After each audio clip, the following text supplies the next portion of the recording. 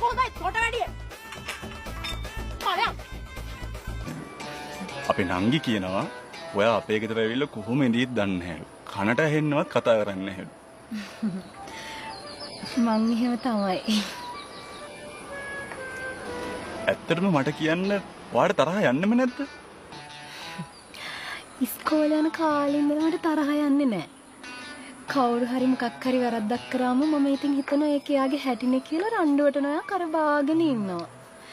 අනිත් එක්ක ඉතින් සාර්ථක පෞල් ජීවිතයක් ගත කරනවා නම් හස්බන්ඩ් පළවෙනි තැන දෙන්න ඕනේනේ. එහෙම හිතලා ඉතින් මම මගේ පාඩුවේ ඉන්නවා. මොකද එයානේ මාව ආදරෙන් බලාගන්නේ. ඇත්තටම ඔයා ඔහොම කියද්දි මට ඔයා ගැන ගොඩක් ආදරේ හිතෙනවා.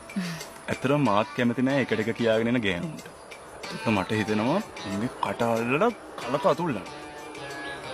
ඇත්තටම මාත් ආස නෑ රණ්ඩු කරන පිරිමින්ට.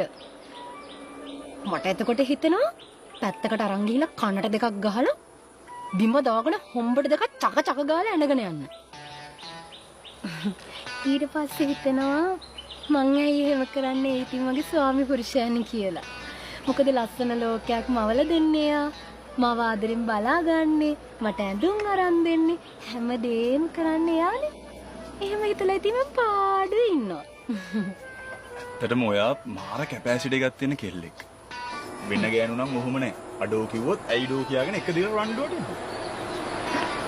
හා මල් කොහොමද? දැන් ආවේ? අක්කා මොකද අද වේලාසනින්? ඇයි? මල්ලිය අපි හින්දා මම මල්ලිය බලන්න ආවා කියලා හිතුවද? මෝඩි අද මට half day. අක්කා නර්ස් ඇඳුමට හරිම ලස්සනයි. thank you මල්ලි. මල්ලිත් අද හරි ස්මාර්ට්. එහෙනම් ඔයාලා කතා කර කර ඉන්නකෝ. හය නැතුන්ට.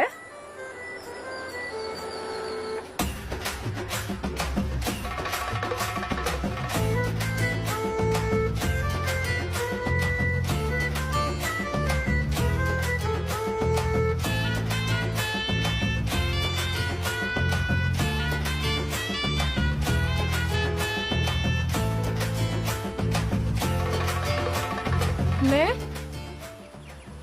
ඔයා මොකටද නයෝමි අක්කගේ ඇඳුම ලස්සනයි කිව්වේ? ඉතින් අනේ ලස්සන දෙයකට ලස්සනයි කියන්නේ නැතුව කොහොමද? අනිගේ යන නර්ස් ඇඳුමට කොහොමත් ලස්සනයි.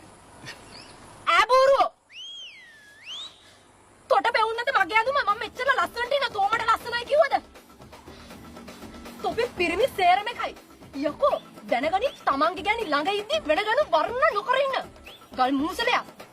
අනගේ මොකද මේවට එකපාරට උනේ? එකපාරට නෙමෙයි දෙපාරට නෙමෙයි සිය පාරට උනොත් තෝ මගේ ඉස්සරහ කතා කරන විදිහට තෝ වෙන තැන් වල කොහොම ඇතිද බූරුවා හිතගන්න පුළුවන් තෝගේ හැටි මොකද මේ කතා කරන විදිය? මම කැමති නෑ ඔහොම මට කතා කරනවට.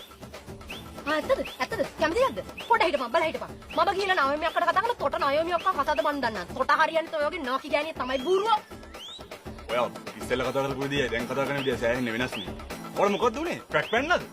ට්‍රැක පැන්නද? තෝ තමයි බූරුව මට ට්‍රැක පැන්නුවේ මේ?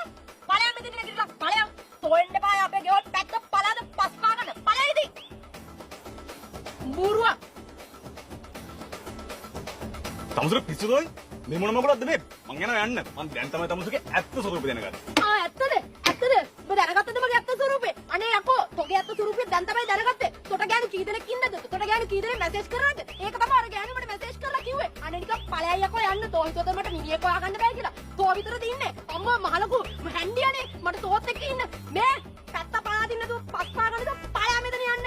තෝ වගේ එකෙක් කො නෑ යකෝ මම හොඳ මිනිහෙක් හොයන් පෙන්නනවා. දරුස් කොහොඳයි තොට වැඩිය. ඵලයා බූරුවා එනවා මෙතන